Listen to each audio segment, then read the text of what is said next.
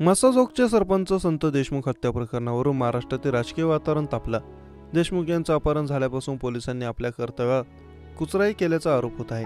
यामुळेच अलीकडेच बीडचे तत्कालीन पोलीस अधीक्षक अविनाश बारगळ यांची बदली करण्यात आली होती। त्यांच्या जागी नवनीत कावत यांची नियुक्ती करण्यात आली होती। त्यानंतर बीड पोलीस दलातील इतरही 4 पोलीस अधिकाऱ्यांच्या बदल्या करण्यात आल्या होत्या।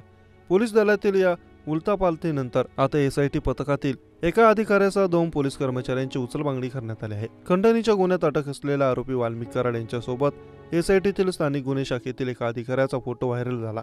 यामुळे खासदारांसह आमदारांनी यावर आक्षेप नोंदविला। याची माहिती शरद पवार गटाचे नेते जितेंद्र आव्हाड यांनी रविवारी एक्स समाज माध्यमाद्वारे दिली होती। त्यामुळे आता या एका अधिकाऱ्यासह 2 कर्मचारी एसआयटी मध्ये तपासाचे काम करणार नाहीत अशी माहिती सूत्रांनी दिली। या संदर्भात अधिकृत माहिती समोर आली नसली तरी याची समाज माध्यमांवर चर्चा होत आहे। मसाजोगचे सरपंच हत्या, खंडणी व मारहाण प्रकरणाचा तपास सध्या सीआयडी करत आहे।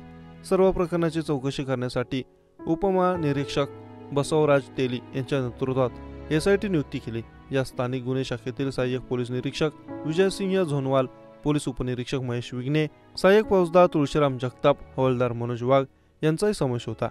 महेश विघ्नेसह काही कर्मचाऱ्यांचे कराड सोबतचे फोटो व्हायरल झाले होते। त्यानंतर राजकीय नेत्यांनी आक्षेप घेतला होता। त्यामुळे स्थानिक गुन्हे शाखेच्या पोलीस निरीक्षकांनी या वादग्रस्त अधिकारी आणि कर्मचाऱ्यांना स्थानिक गुन्हे शाखेमधून कार्यमुक्त केले होते।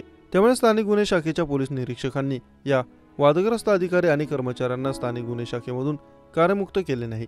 त्यामुळे त्यांची नियुक्ती एसआयटीकडे वर्ग झाली नाही। परिणामी एसआयटी मध्ये रुजू होण्याआधीच त्यांची हकालपट्टी करण्यात आल्याची माहिती आहे।